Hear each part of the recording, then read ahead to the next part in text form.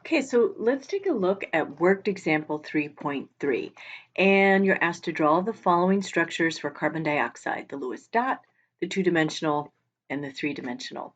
So pause the video and see what you come up with.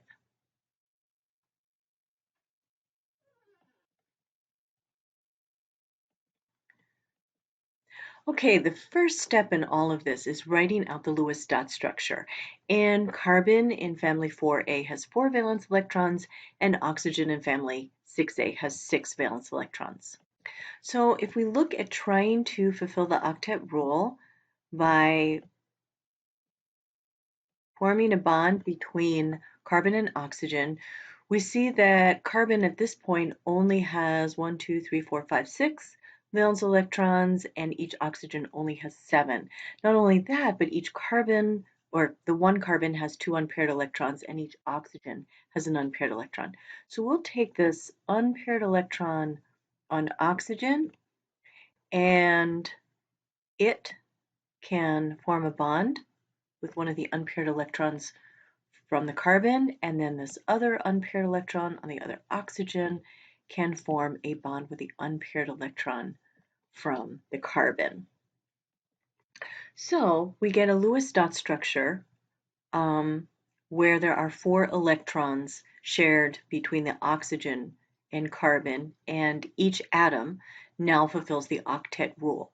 So as you're figuring out when to use double bonds, you want to use the octet rule to sort of guide you. If after you draw a single bond between the central atom and the outer atoms and the octet rule isn't fulfilled, of course hydrogen is an exception, then you want to look at, are there any other bonds that you can make? Can you make double or triple bonds to fulfill the octet rule?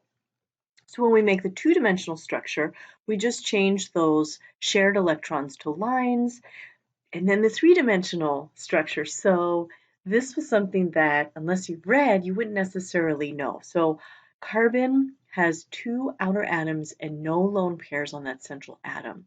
So even though it has a total of 8 electrons, it only has 2 outer atoms. And the way that these 2 double bonds can be as far apart as possible is in a linear geometry. So the three-dimensional structure is really just two-dimensional because it's just a linear molecule.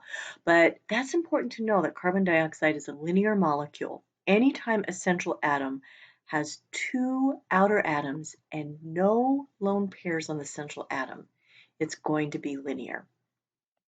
That doesn't happen too terribly often, and carbon dioxide is a pretty important molecule because it occurs in our atmosphere.